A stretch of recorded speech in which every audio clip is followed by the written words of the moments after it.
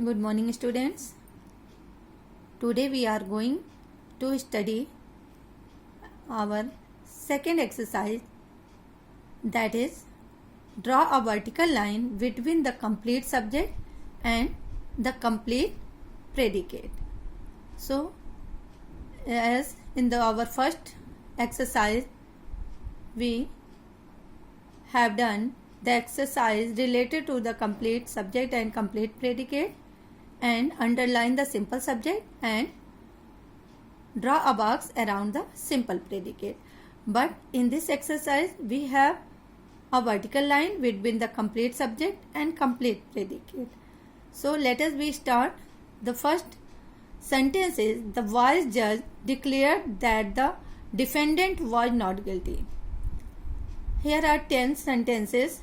So where there is a complete subject and complete predicate, we have a vertical line in that, as shown in the first example, the wise judge.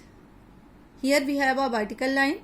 After that, declared that the defendant was not guilty. The wise judge, as you know, what is a complete subject? A noun or a pronoun plus any modifier. So this is our complete subject, and declared that the defendant was not guilty is a complete predicate. So what is the complete predicate? A simple predicate plus all modifiers. In this sentence, that the defendant was not guilty, these are the complete predicate. In the second example, dogs, cat and turtles, where two nouns or pronoun joined with a conjunction and or, that is called compound subject. So this is compound subject, and make the best pets is complete predicate. The third one, his brother's leg will heal in a few months. In this sentence, his brother's legs, complete subject, and will heal in a few months, complete predicate. So here I put a vertical line between complete subject and complete predicate according to the sentence which is given to find. The fourth one, she wrote the letter. Here is a singular number and it is pronoun, so it is a simple subject, and wrote the letter, that is complete predicate. The next one, the farmers are plowing the field. In this sentence, the farmers, that is modifier, determiners, and this is complete subject, and are plowing the field, complete predicate. Then Saurabh was an amazing captain. Saurabh is a noun, so this is a simple subject, and was an amazing captain, complete predicate. Then the grey clouds are getting darker. Here the grey clouds, according to our definition of complete subject, there is determiner, so it is complete subject, and are getting darker is complete predicate. Because this is complete subject and complete predicate, so we have a vertical line here. Then the sentence, I want a new car. I is simple subject, this is a singular number, and want a new car is complete predicate. The next one is, Damni is fine. Here Damni is subject, simple subject, is fine, complete predicate. The sun is rising. Here in this sentence, the sun is complete subject and is rising, simple predicate. So students, this is our simple predicate, compound predicate and complete predicate. Now we come to the next exercise, that is underline the objects in the following sentences, then classify them as direct object and indirect object.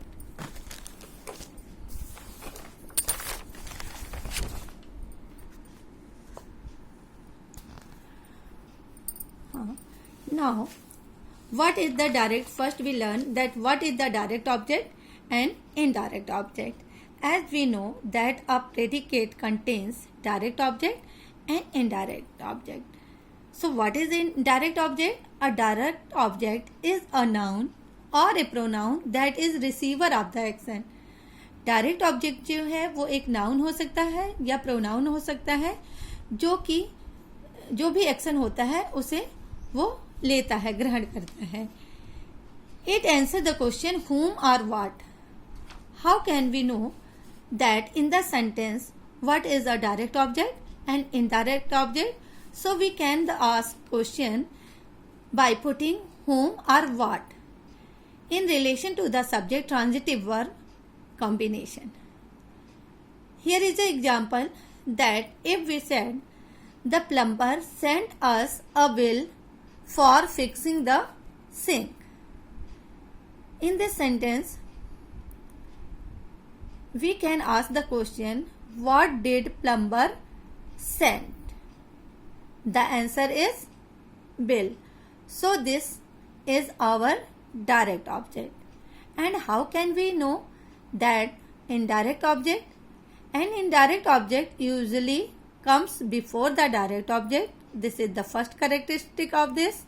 The second one, it answers the question to, for, from plus whom or what. Now the question is, whom the plumber sent the bill? The answer is us. So this is our indirect object. Students, can you understand it? I think that you understand.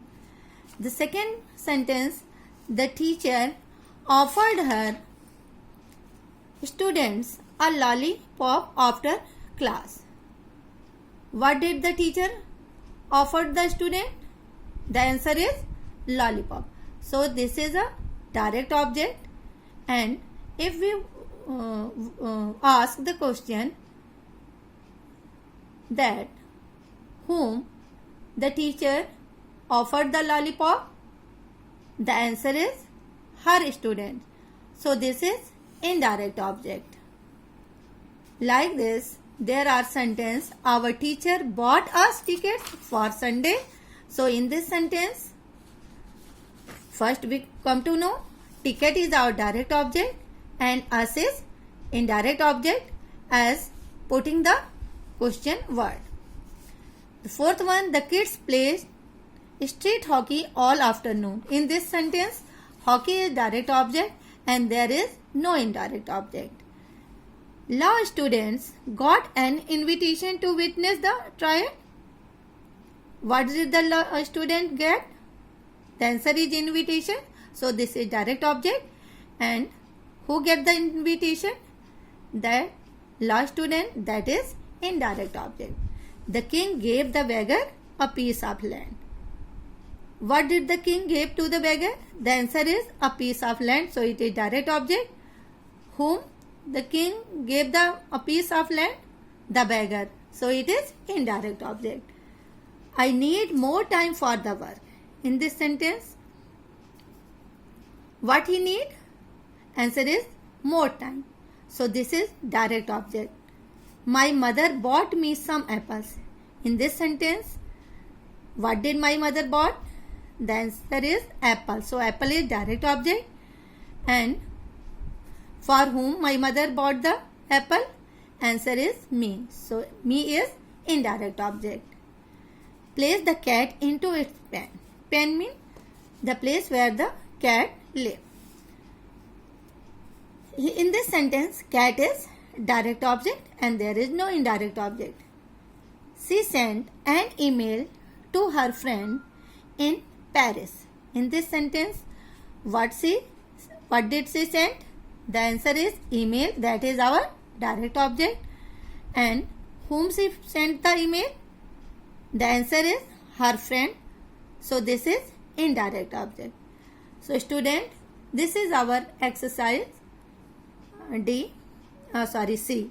This is our exercise C and it is completed. So students, you note down exercise B and C in your copy with neatness and cleanliness. Okay, thank you.